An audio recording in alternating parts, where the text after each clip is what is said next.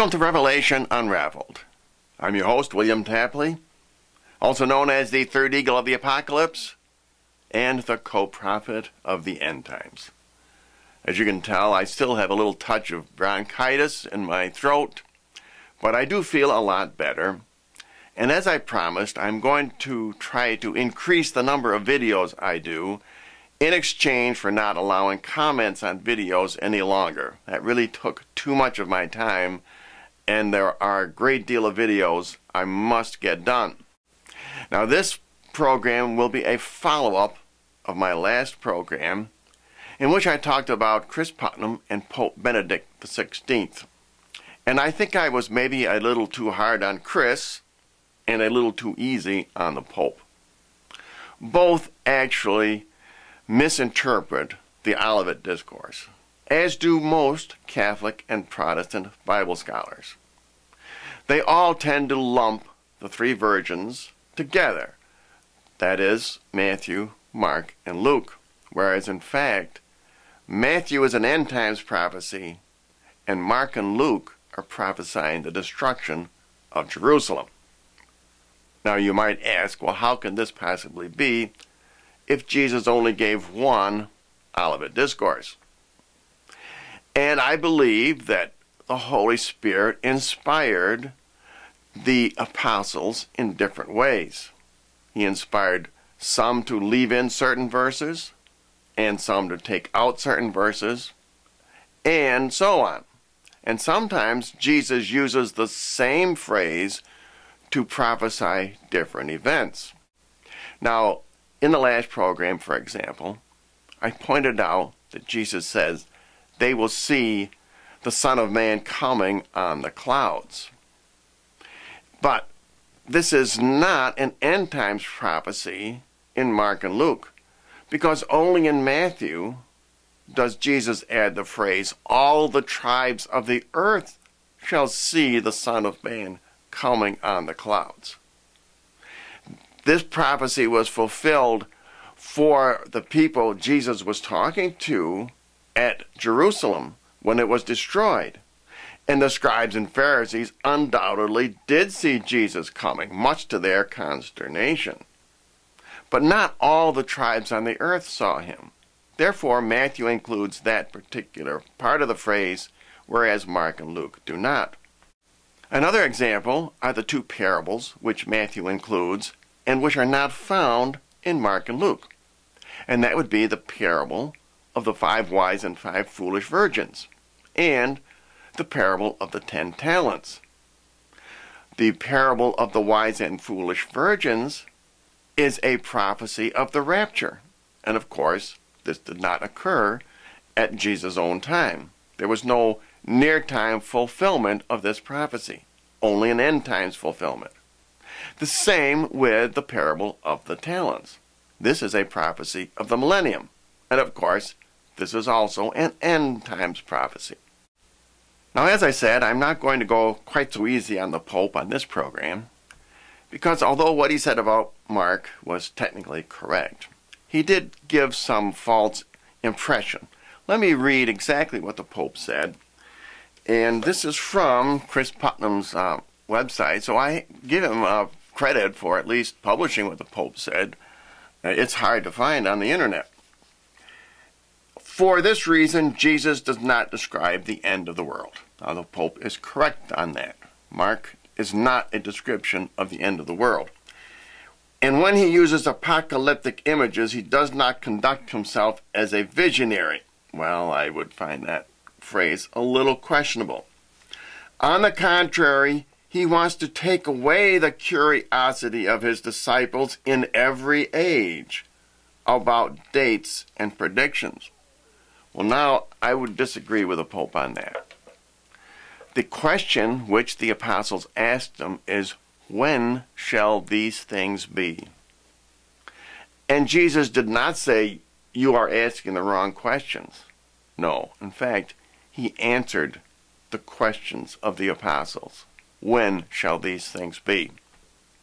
For the people of his own time, it was very important that they flee Jerusalem at the time that was surrounded by an army.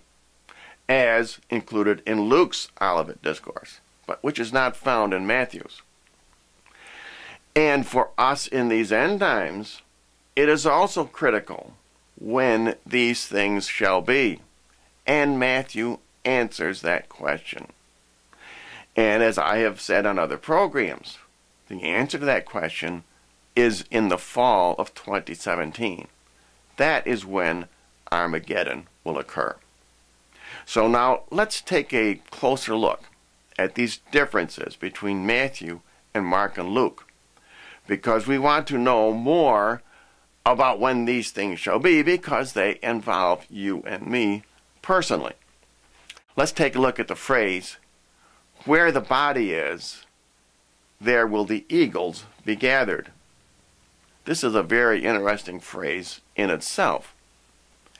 Why doesn't Jesus, for example, say, where the corpses or the carcass or the dead bodies? Why does he say body singular? Why not bodies plural? There will the eagles be gathered. Why doesn't Jesus say vultures? I mean, eagles do sometimes eat carrion, but vultures are much more common. And the reason is because this is describing two different events. Now, at the time of Jerusalem's destruction, thousands of Jews were killed by the Roman general Titus. And therefore there were many dead bodies and undoubtedly many vultures. And many Bible translations have changed Jesus' words. They seem to think they can improve upon the Messiah. I don't think so. Some translators have actually changed the word from body to bodies, plural, or dead bodies, or corpses, or carcasses. This is an error. They have changed to where the eagles will gather to where the vultures will gather. Somehow they think that this is more appropriate. And it would work out as far as Luke is concerned, but not as far as Matthew is concerned. In the end times, the body refers to Jesus himself. He is the body. The eagles that he gathers refers to the armies that will join him at the Battle of Armageddon. And those three armies are the raptured Protestants, the protected Catholics, and the holy martyrs, as I have explained on many other programs. So here we see that Jesus is giving a dual prophecy. And that's why he uses that phrase, body, singular, and eagles, rather than corpses and vultures. Now let's look at another interesting phrase. This generation shall not pass away until all these things be accomplished.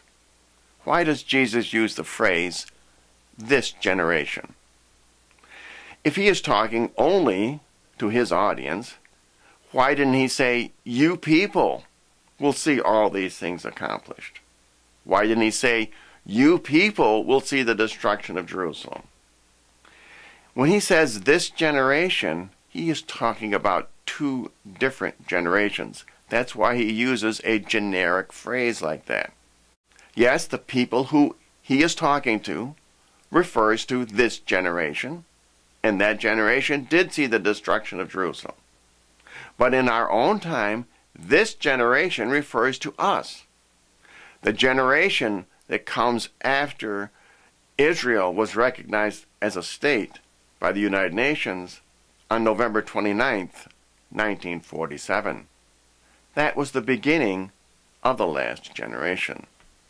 And that is one reason why I realize that when you add 70 years, in other words, the length of time to one generation, to that date, again, you come up with fall 2017 as the time for the Battle of Armageddon. So in conclusion, I kind of disagree with the Pope when he says that Jesus is trying to take away the curiosity of his disciples in every age. No, I don't believe so. I believe he is trying to satisfy the curiosity of every generation, of all his disciples. And when will these things be?